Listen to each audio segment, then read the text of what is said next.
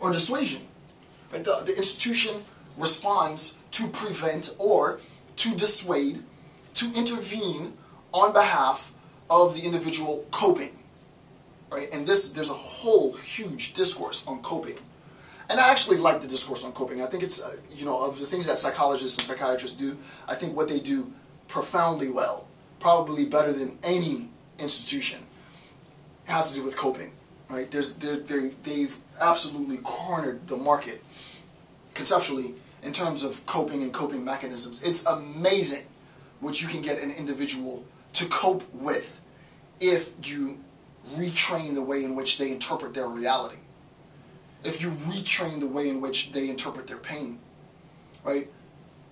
People will cope with the highest degrees of stress, the highest degrees of mental angst, the highest degrees of physical pain, if you can really get in their heads and retrain the ways in which they conceptualize their relationship to the experience of pain, to the experience of suffering, to the experience of some stimulus that would otherwise trigger the desire to commit suicide.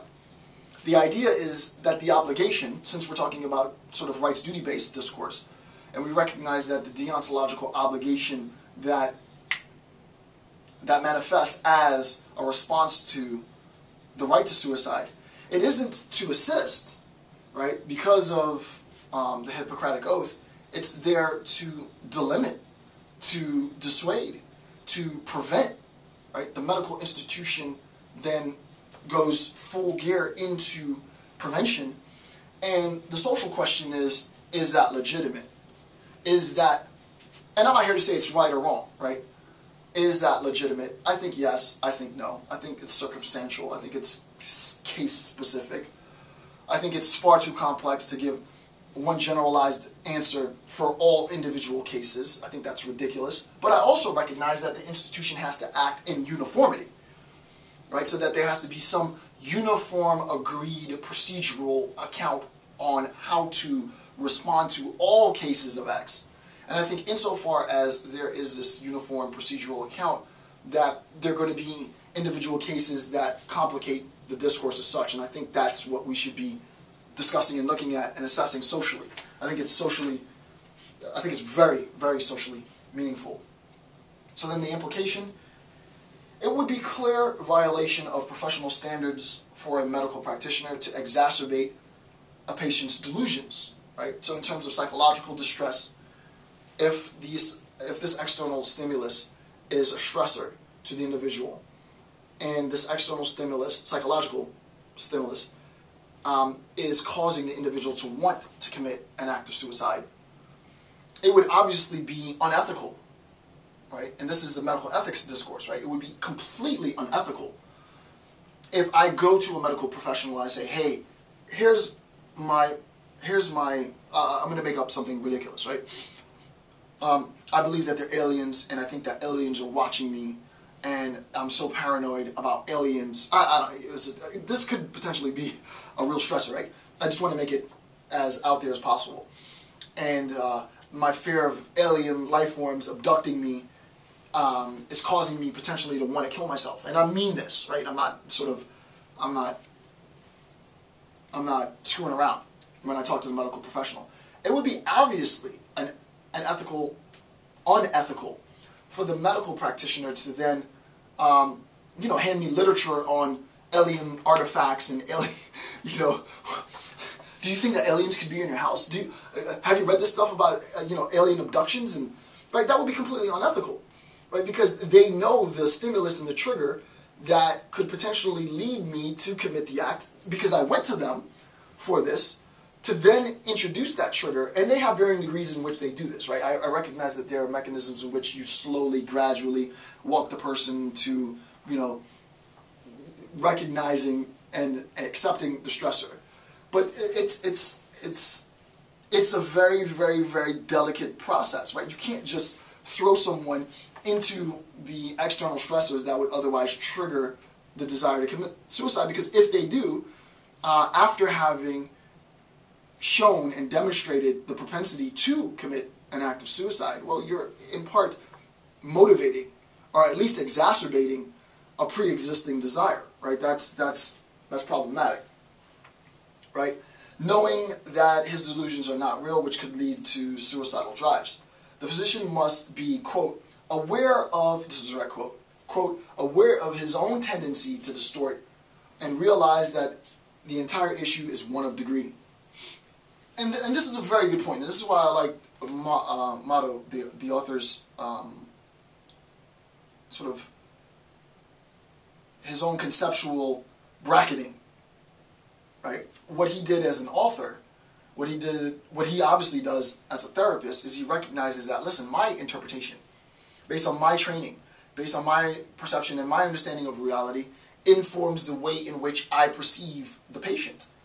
And what I might feel to be a complete delusion, what I might feel to be completely fabricated, could for him, and probably is for him or her, very, very realistic. So that to whom does authority go? Does authority go on the side? I would always say that authority errs on the side of caution. That's just me personally.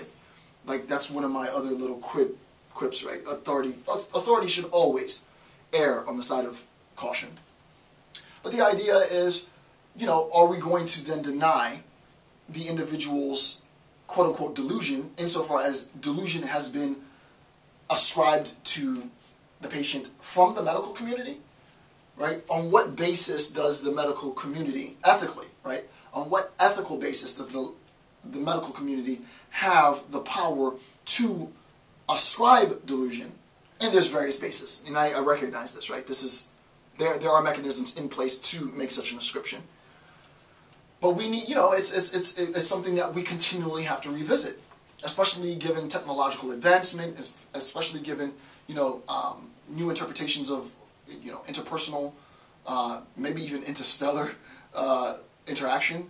There's more information that's revealed daily on our network of connection to other people and such. And obviously what's going to be revealed from a more complex understanding of our universe, from a more complex understanding of interpersonal relationship, are increasing levels of external stressors which we would not have been able to legitimately recognize previously. Right? In the past we might not have recognized this as a legitimate external stressor, but given, you know, technological advancement, yes, this is now a legitimate external stressor, and here's why the patient might be experiencing this desire. Let's limit this external stressor. Let's limit exposure to that stressor to prevent them from actually committing the act, right?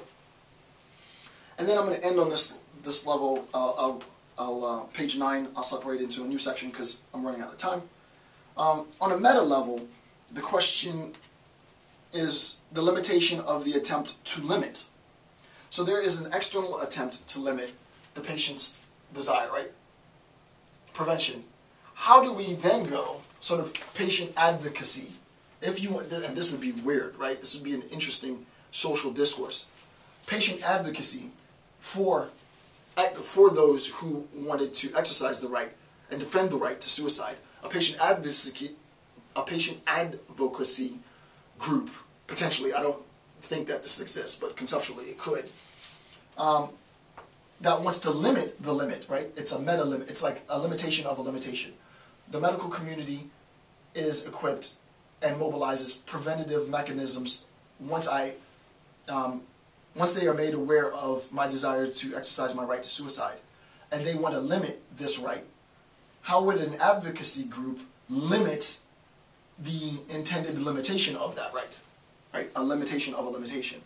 So the original limitation is the medical institution's ethical obligation to do no harm, and that is mobilized, is enacted at the occurrence and recognition of an individual's right to suicide.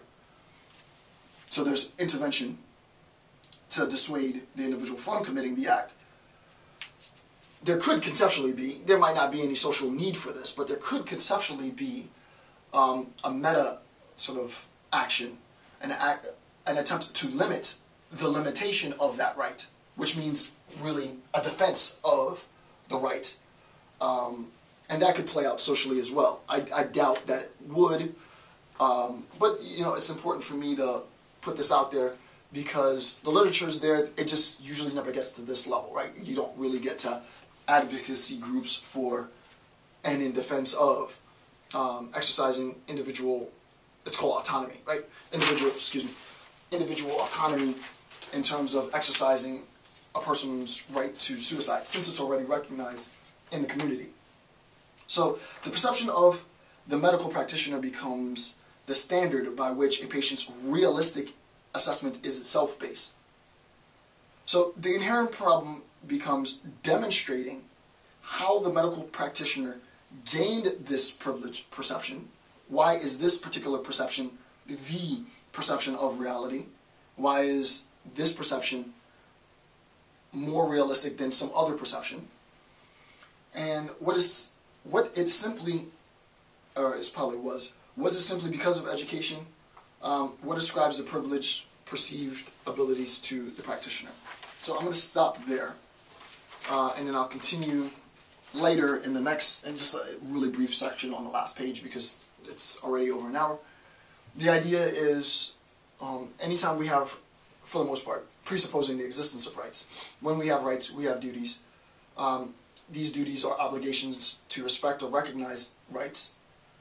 That's precisely the problem, however, because it obligates others to recognize an individual's rights at the expense of the deprivation that it's going to create, potentially, and the social stigma of selfishness that is almost always attached to an exercise act or the intent of exercising the individual's right to commit suicide.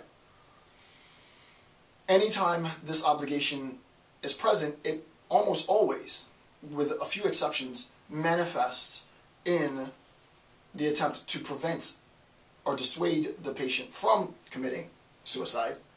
And the last phase of it would be, and I don't think that there is necessarily social need per se for this, but conceptually it follows necessarily, that there is a sense in which there could be advocacy on behalf of those who initially have that right and had that right delimited, so that the advocacy would then attempt to limit that limitation, right? Hence the advocacy. So again, I wanted to do a rather analytic approach, a rather analytic assessment of suicide and the right to suicide. I didn't want it to be too conceptually or emotionally involved, so that I could take a really objective stance on this. And I hope that objectivity helps in just shedding some light, some degree of light on this rather emotional topic. With that, I want to thank you for taking the time to watch my videos. I'm Dr. Jason J. Campbell. Have a good day.